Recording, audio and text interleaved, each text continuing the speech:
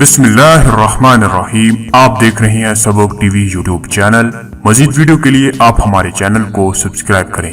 چلتے ہیں ویڈیو کی جانب۔ سعودی عرب کے ولی عہد بننے سے قبل شاید ہی کسی نے شہزادہ محمد بن سلمان کا نام سنا ہوگا، لیکن اس وقت سے لے کر اب تک 33 سال کا یہ شہزادہ سعودی حکومت کی سب سے طاقتور شخصیت کے طور پر دیکھا جانے لگا۔ آئیے جانتے ہیں شہزادہ محمد بن سلمان کے بارے میں۔ شہزادہ محمد بن سلمان کی پیدائش 31 اگست 1985 کو ہوئی تھی اور وہ شاہ سلمان کی تیسری اہلیہ فہدہ بن فلاح کے سب سے بڑے بیٹے ہیں۔ ریاض میں واقع کنگ یونیورسٹی سے گریجویٹ کی ڈگری حاصل کرنے کے بعد محمد بن سلمان نے متعدد سرکاری محکموں میں کام کیا۔ محمد بن سلمان کی ایک اہلیہ ہیں جن سے 2 بیٹیاں اور 2 بیٹے ہیں۔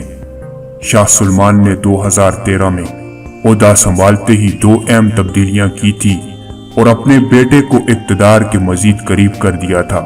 اس وقت شہزادہ سلمان صرف 29 سال کے تھے اور دنیا کے سب سے کم عمر وزیر دفاع بنے تھے۔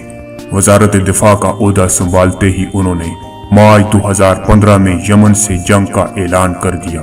حوثی باغیوں نے راجدھانی صنعا سمیت یمن کے کئی علاقوں پر قبضہ کر لیا اور یمن کے صدر عبد الرحمن منصور کو ملک سے بھاگنے پر مجبور کر دیا تھا اور سعودی عرب میں انہوں نے بنا لی تھی۔ ولی عہد محمد بن سلمان نے بڑے پیمانے پر اقتصادی ترقی اور سماجی اصلاحی کا کام شروع کیا، جس کا مقصد سعودی عرب کے تیل پر انحصار کو کم کرنا تھا۔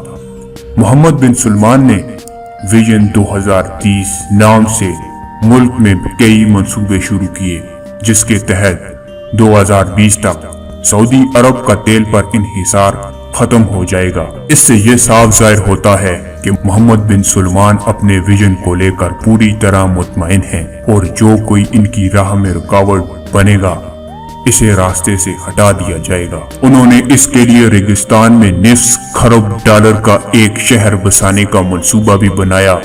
کہا جا رہا ہے کہ اس شہر میں خواتین اور مرد کو ایک دوسرے سے ملنے جلنے کی آزادی ہوگی۔ اس سے پہلے وہاں ایسی باتیں کبھی نہیں سنی گئی تھی۔ محمد بن سلمان خواتین کو آزادی دینے کے حق میں بھی ہیں۔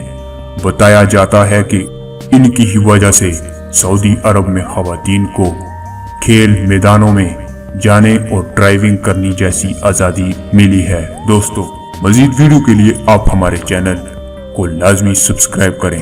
دوبارہ ایک اور ایسی ویڈیو میں ملتے ہیں، تب تک اللہ حافظ۔